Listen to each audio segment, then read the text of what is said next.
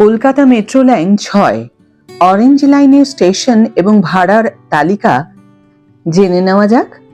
আর এছাড়াও আরও একটি খবর তোমাদের জন্য আছে বন্ধুরা এই ভিডিওতে, কাজেই পুরো ভিডিওটি দেখার অনুরোধ রইল।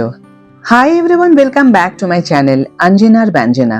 বন্ধুরা, তোমাদের সকলকে আমার এই ছোট্ট ইউটিউব চ্যানেলে স্বাগত জানাই।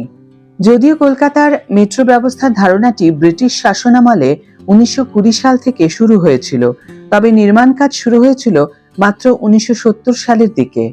শহরটি 1984 সালে ভবানীপুরকে এসপ্ল্যানেডের সাথে সংযুক্ত করে প্রথম ভূগর্ভস্থ মেট্রো বিভাগটি উদ্বোধন করে। ভারতের প্রথম পরিকল্পিত গণদ্রুত পরিবহন ব্যবস্থার আবাসস্থল কলকাতা অরেঞ্জ লাইন যুক্ত হওয়ার মাধ্যমে তার মেট্রো নেটওয়ার্ক সম্প্রসারণ অব্যাহত রেখেছে। এই সর্বশেষ করিডোরের লক্ষ্য শহরের দক্ষিণ ও পূর্ব অংশ এবং নেতাজি সুভাষচন্দ্র বসু আন্তর্জাতিক বিমানবন্দরের মধ্যে সংযোগ বৃদ্ধি করা।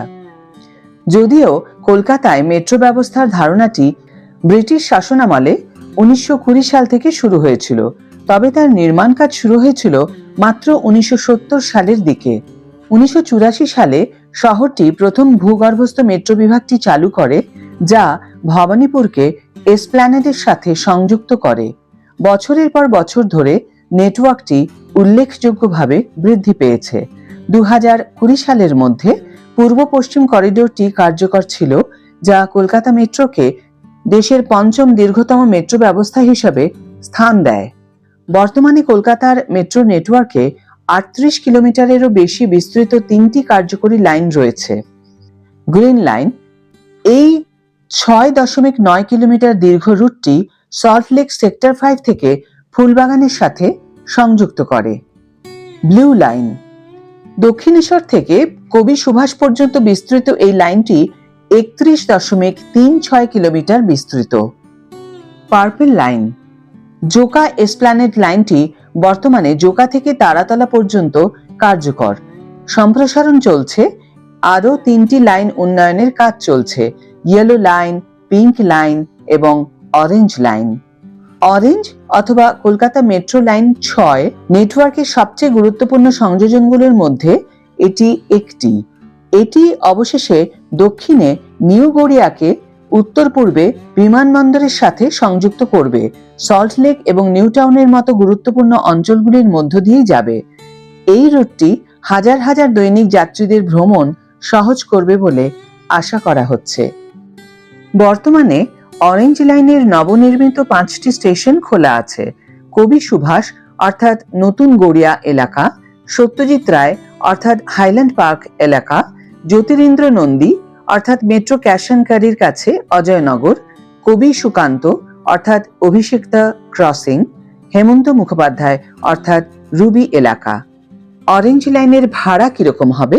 যাতায়াত সহজ করার লক্ষ্যে কলকাতা মেট্রো ব্লু এবং অরেঞ্জ লাইন জুড়ে একটি একক টিকিট ব্যবস্থা চালু করা হয়েছে।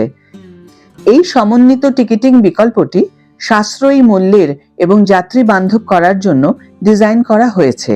অরেঞ্জ লাইনের ভাড়া 20 টাকা থেকে শুরু হয়ে 45 টাকা পর্যন্ত যায়। উদাহরণস্বরূপ, দক্ষিণেশ্বর বা দমদম থেকে হেমন্ত মুখোপাধ্যায় পর্যন্ত ভ্রমণের খরচ 45 টাকা। Esplanade, Chandni Chowk, park street এবং কালীঘাট থেকে ভ্রমণকারীর ভাড়া 40 টাকা, যেখানে মহানায়ক উত্তম কুমার অর্থাৎ টালিগঞ্জ থেকে ভ্রমণকারীদের ভাড়া 35 টাকা। কবি সুভাষ থেকে হেমন্ত মুখোপাধ্যায় পর্যন্ত একটি সংক্ষিপ্ত ভ্রমণের খরচ মাত্র 20 টাকা।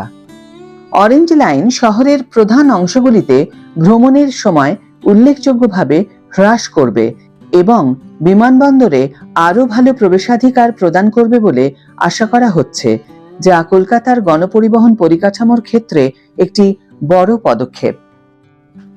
আরও একটি খবর অপেক্ষা করছে বন্ধুরা তোমাদের জন্য। কলকাতা মেট্রোর গ্রিন লাইন সাময়িকভাবে বন্ধ থাকবে। উল্লেখযোগ্যভাবে রেলওয়ে নিরাপত্তা কমিশনার কর্তৃক ইস্ট ওয়েস্ট মেট্রোর এসপ্ল্যানেড শিয়ালদহ অংশের আসন্ন পরিদর্শনে খবর পাওয়া গেছে।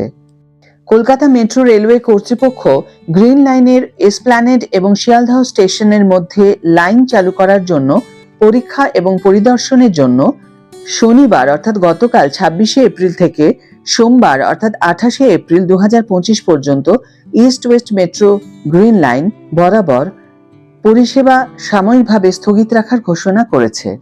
বর্তমানে গ্রিন লাইন দুটি পৃথক অংশে বিস্তৃত। এসপ্ল্যানেড থেকে হাওড়া ময়দান স্টেশন 4.8 কিলোমিটার এবং সল্টলেক সেক্টর 5 থেকে শিয়ালদহ স্টেশন 9.4 কিলোমিটারের মধ্যে। তবে বউবাজার এলাকায় মাটির তলদেশ এবং জলের লিকেজ সমস্যার কারণে বিলম্বের কারণে শিয়ালদহ এবং এসপ্ল্যানেডকে সংযুক্তকারী গ্রিন লাইনের 2 কিলোমিটার অংশ এখনো সম্পন্ন হয়নি। সম্পন্ন হলে গ্রিন লাইন বিধাননগর এবং হাওড়ার প্রধান বাণিজ্যিক এলাকাগুলিকে সংযুক্ত করবে।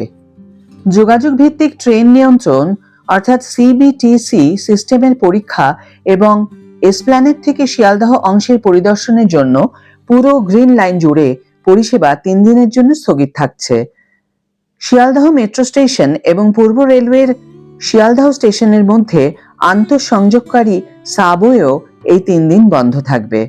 মেট্রো রেলওয়ের কর্মকর্তারা এর আগে দ্য হিন্দুকে বলেছিলেন যে এই পরীক্ষাগুলি নিরবিচ্ছিন্ন ট্রেন চলাচল নিশ্চিত করবে এবং মানুষের ভুলের সুযোগ কমবে।